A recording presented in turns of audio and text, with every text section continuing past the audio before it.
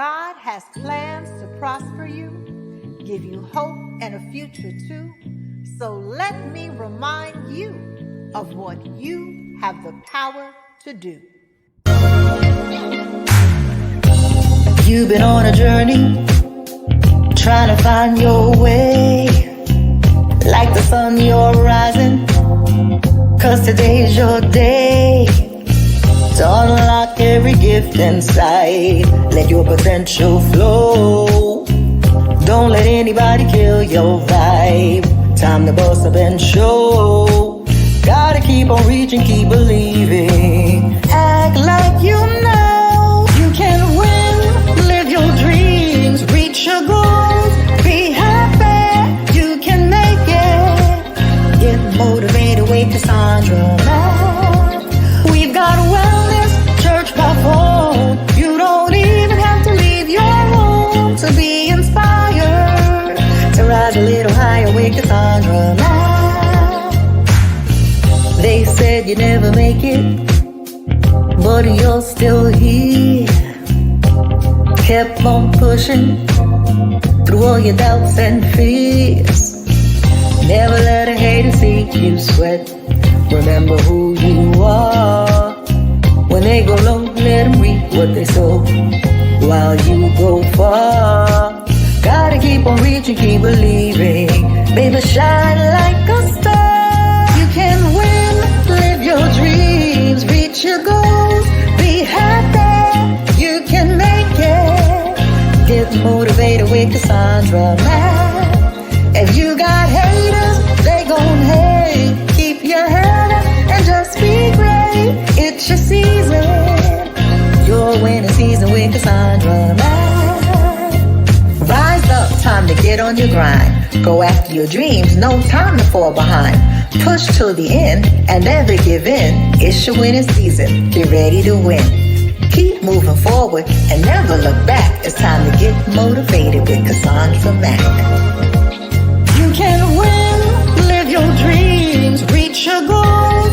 Be happy, you can make it. Get motivated with Cassandra Mack. We've got wellness, church by phone. You don't even have to leave your home to be inspired.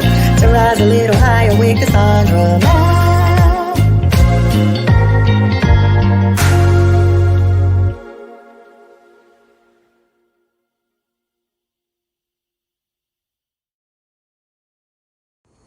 The smear campaign.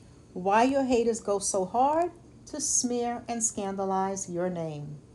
Don't forget to like, subscribe, share if you find value here. Let's get this channel to 100,000 subscribers. I know with your support, we can reach that goal.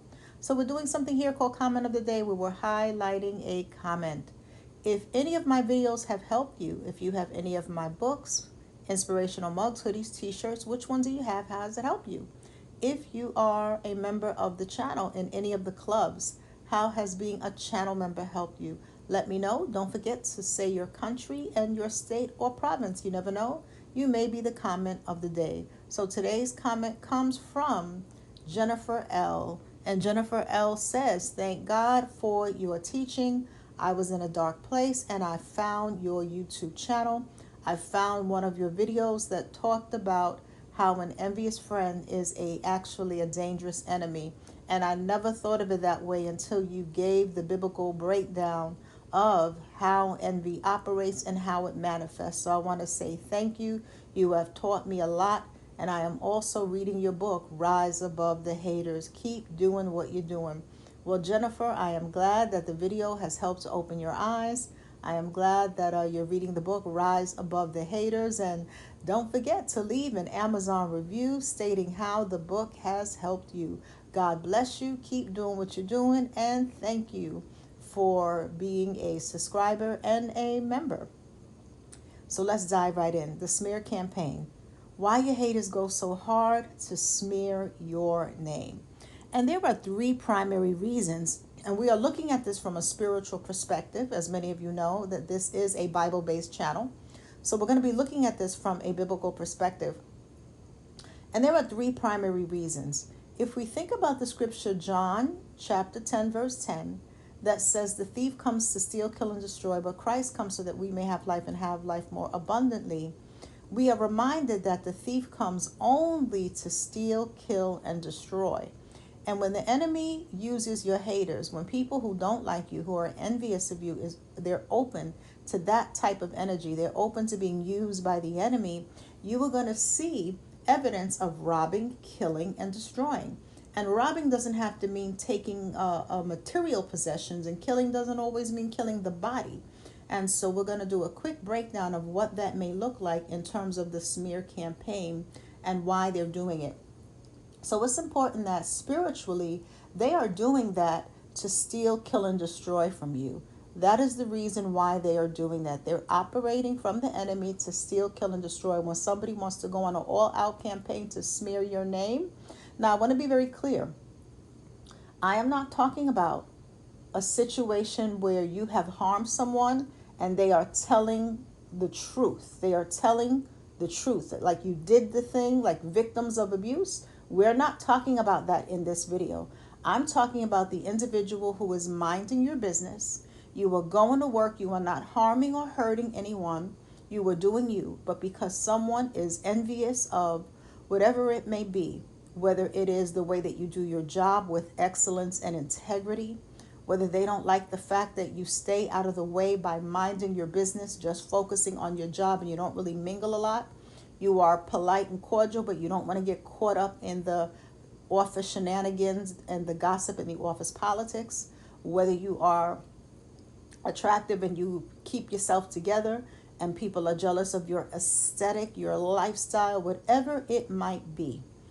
And they want to throw mud on your name. So that's what we're talking about specifically in this video. So if we understand that the thief comes only to steal, kill, and destroy, and he often uses people, sometimes he uses our own thoughts and emotions to do so, but he often uses people.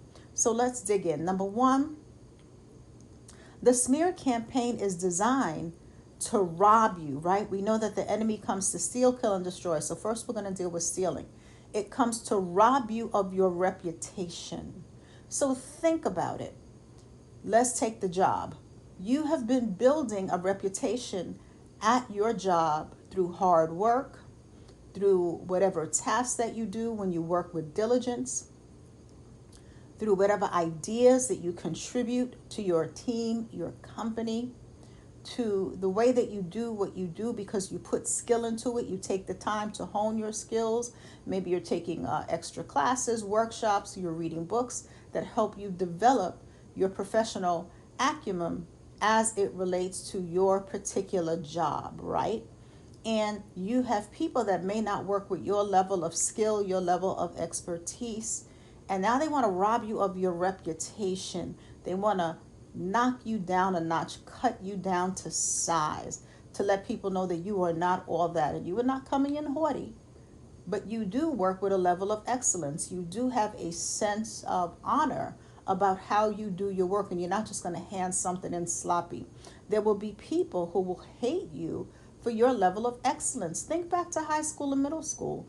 Think about the person who always got good grades and they really focused on getting good grades, and that's what they wanted to do. And think about the people who cut school every day and made fun of the kid that got good grades and just wanted to do their work so that they can get into the college of their choice. And there were kids that would make fun of that student, and that student might not have been bothering anyone. They're just going to school to learn. They're not going to school for a fashion show. They're not going to school to bully other kids. They're going to school to learn. Yet you will have other students who won't like them because they're excelling.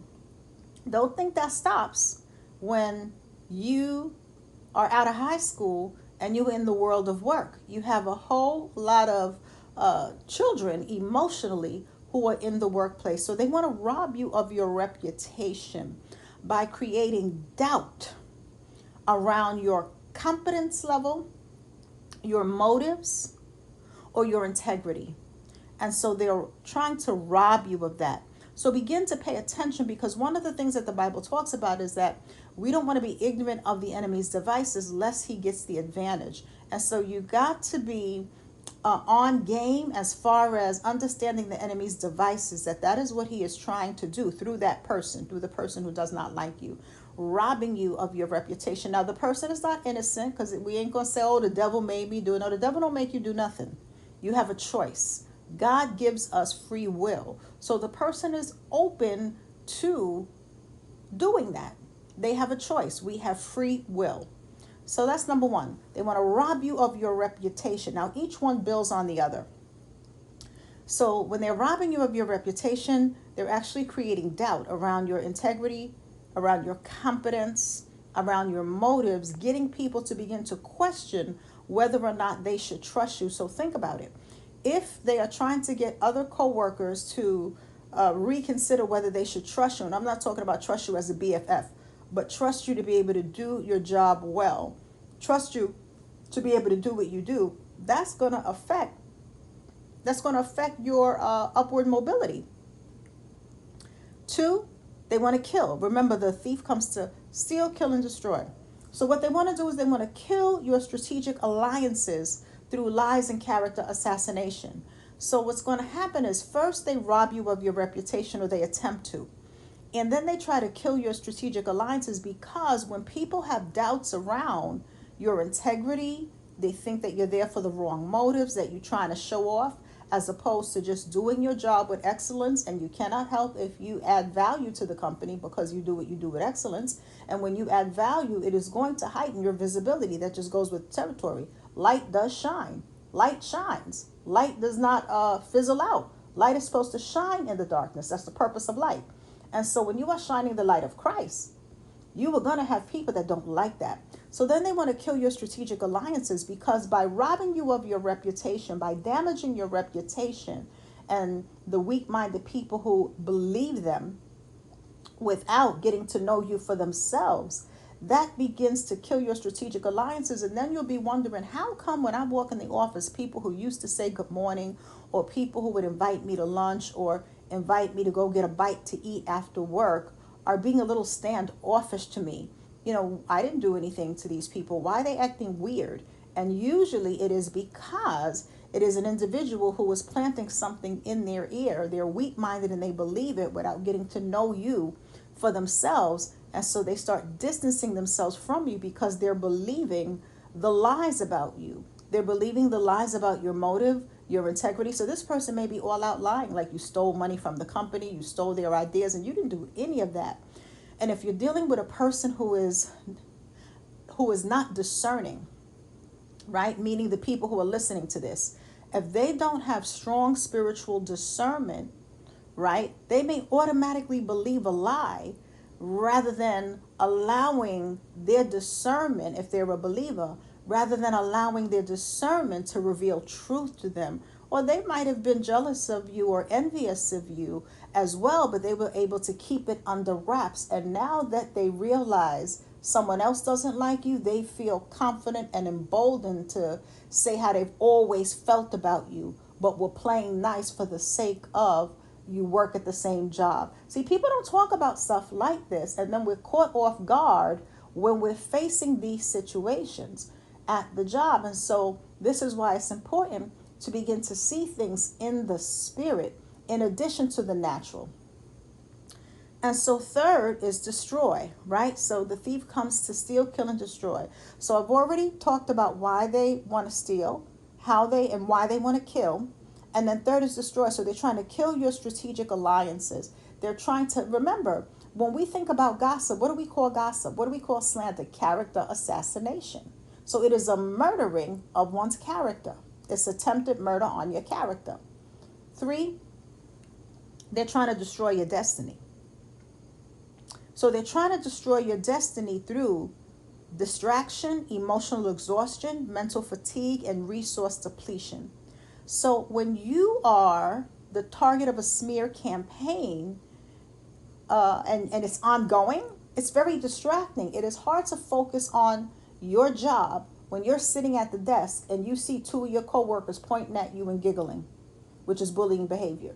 You see 2 of your coworkers whispering as soon as you come, and then the conversation gets quiet. Everybody's quiet, but they were talking and laughing, and when you come, it's quiet. So you're beginning to sense how things are shifting when you walk in the room, right? So that can begin to distract your mind away from the task that you need to focus on at work. This is why it's so important to be prayed up, because some of you are going into war zones in the workplace. The spiritual warfare is in the workplace, and you have to be prayed up. Not just prayed up, you have to have on the full armor of God in addition to whatever you might be doing tangibly and legally.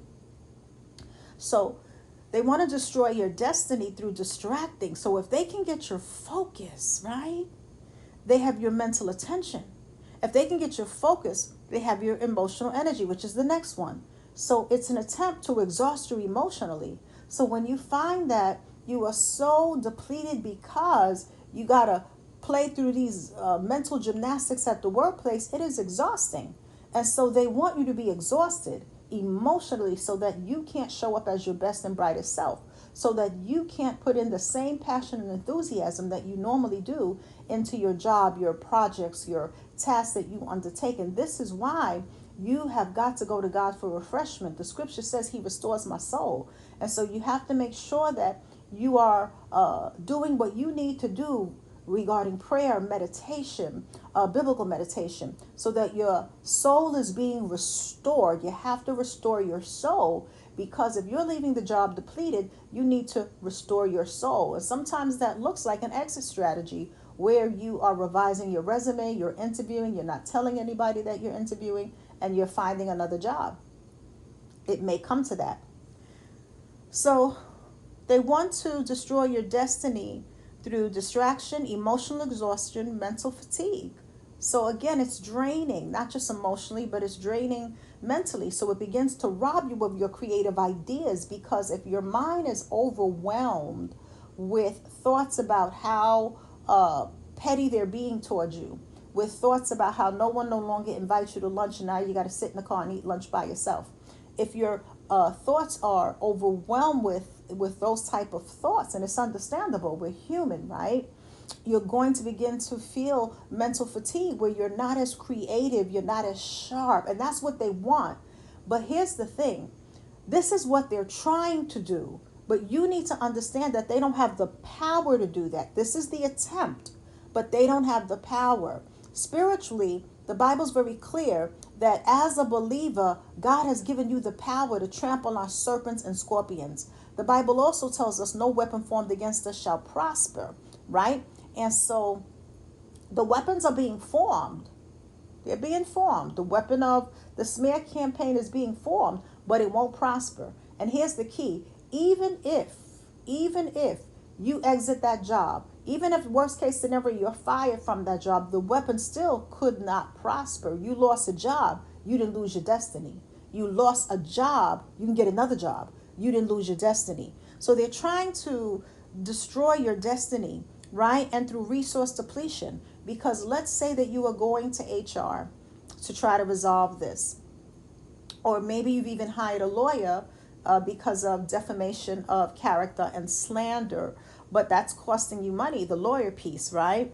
And the resources of going to HR is still, you still have to prepare mentally for what you're going to say, what you're going to put in your email. So it still is mental energy. And so they want to deplete your resources, whether those resources are mental, emotional, or financial. So that is the goal. And once they can do that, right, then they begin to rob you of opportunities. And so this is why it is so important to know who you are in God. I'm talking of the spiritual piece. The legal piece you will deal with a attorney. That's not what I do. That's outside of my discipline. But for the spiritual piece, you definitely want to make sure that you are built up in who you are in God, because that's going to give you the wisdom, the clarity, the know-how, the acumen, the spiritual acumen, and the discernment to know how to move, to know what you need to do, to know if you need to be preparing your exit strategy. If you're going to speak to HR, and contrary to popular belief, I am a trainer, I train for companies. HR is there for the organization, the company. And so it may not go the way you desire. I'm not saying don't go to HR. I'm saying go to HR if you choose to, with your eyes fully open and being fully aware so that you're not naive. So those are the reasons, and I want to give you some scriptures that will also talk about why this is happening. It's important to understand that when a person is going on an all out smear campaign and you have done nothing to them but just showing up as your best and brightest self, they hate you. I know this sounds harsh. Proverbs 10 verse 18 says, whoever conceals hatred with lying lips and spreads slander is a fool. So when a person has lying lips, they're concealing hatred. When a person has lying lips towards you, there's hatred towards you, whether that hatred is resentment, envy, whatever form of hatred it is. There's hatred towards you. Whether it's bias-based hatred, whatever the hatred is. And when a person is trying to conceal how much they hate you, oftentimes they will lie on you because they want to set you up to fail. They want to steal, kill, and destroy. They want to steal what's important to you. You need your income. They want to kill what's important to you, right? They want to your relationships, the ability to build strategic alliances because no man is an island. And they want to destroy what you need for motivation and inspiration, your emotional and mental energy, your mental faculties, your clarity, your peace, your joy. Don't give anyone that. This is why before you even get to the workplace, you have got to be armored up until you can find another opportunity, whatever you decide to do. But don't go in there being naive about that. I have a whole book, Rise Above the Haters, that talks about how to cultivate and activate what I call your hater-proof skills so that your haters cannot derail your destiny.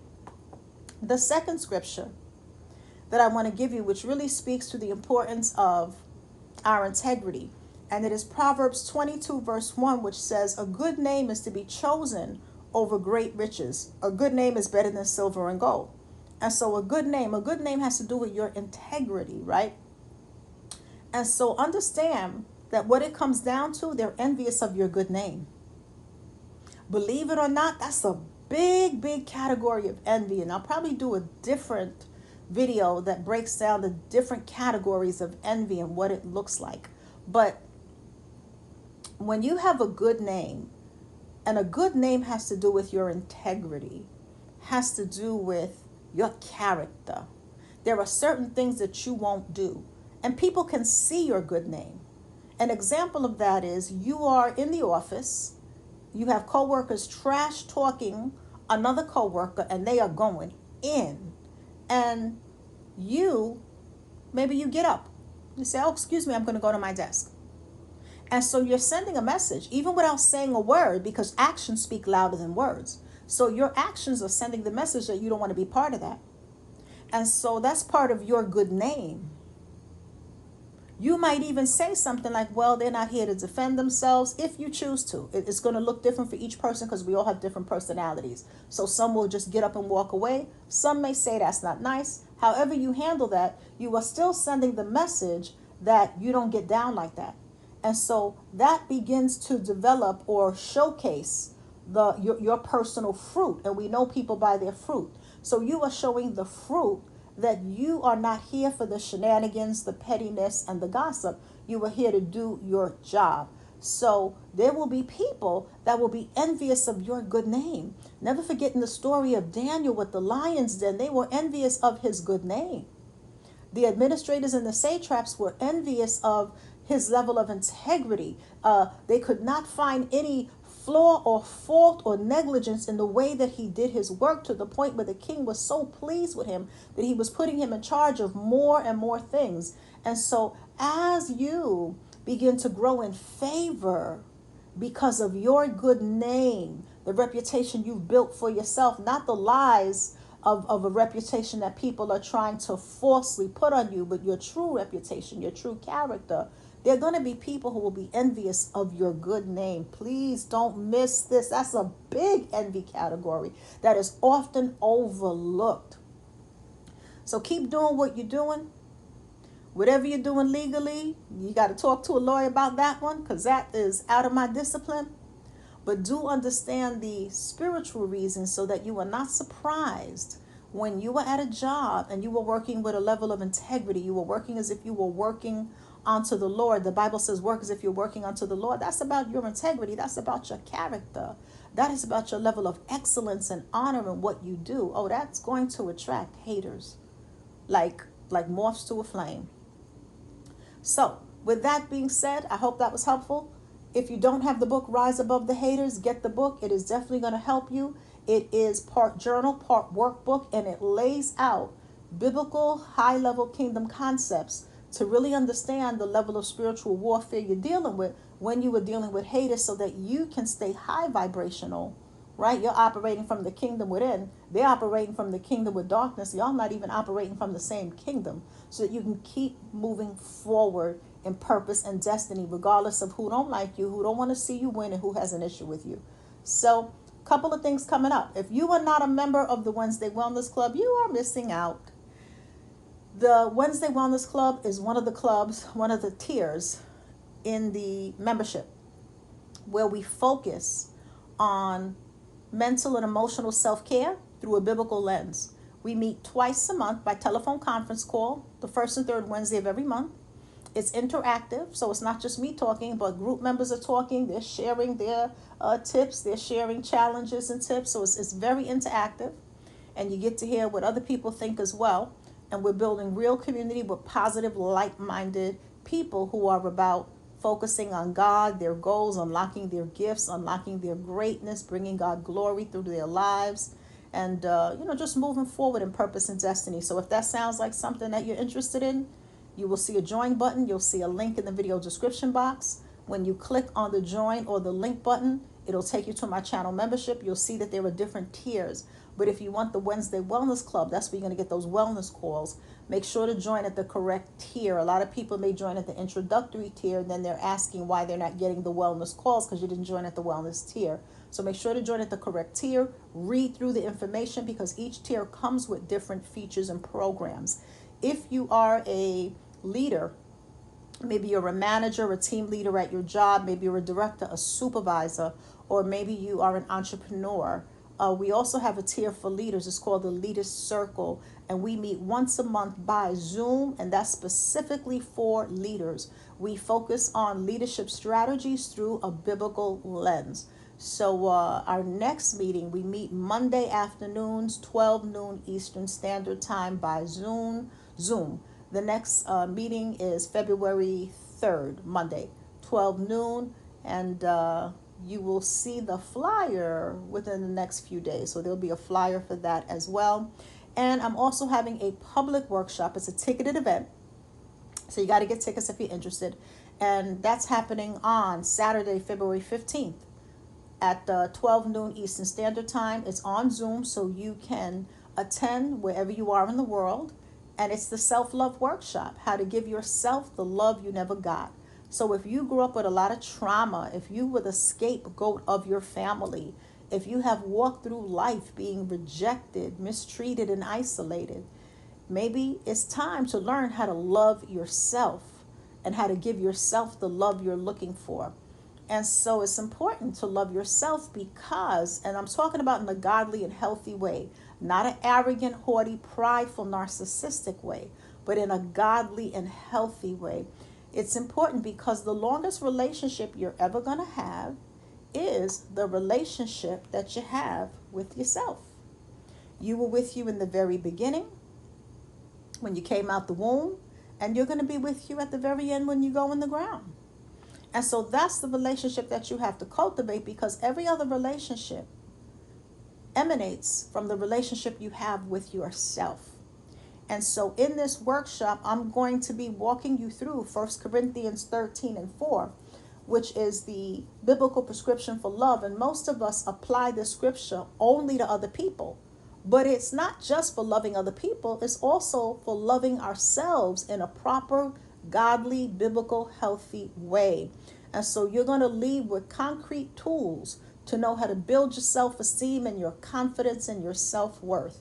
You'll also see the link for that in the video description box, and it'll take you to the Eventbrite page where you can purchase tickets for those who are interested in attending for that event.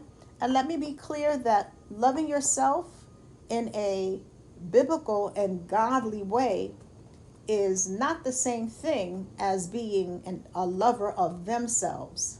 So it's very important to understand that distinction in terms of 2 Timothy chapter 3 verse 2.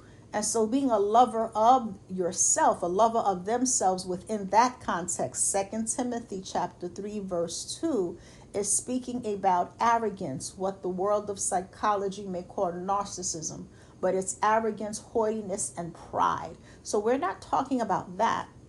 We're talking about love from the perspective of 1 Corinthians 13 verse 4. So have an amazing day. Let's do our best to be kind to one another. There's so much craziness in the world. Let's not add to the chaos. Let's do our best to be kind, but also keep your eyes open. Take your common sense and your discernment with you. God bless you. California, we are praying for you with the wildfires. We're standing in prayer with just all who may be going through it for various reasons. God bless you.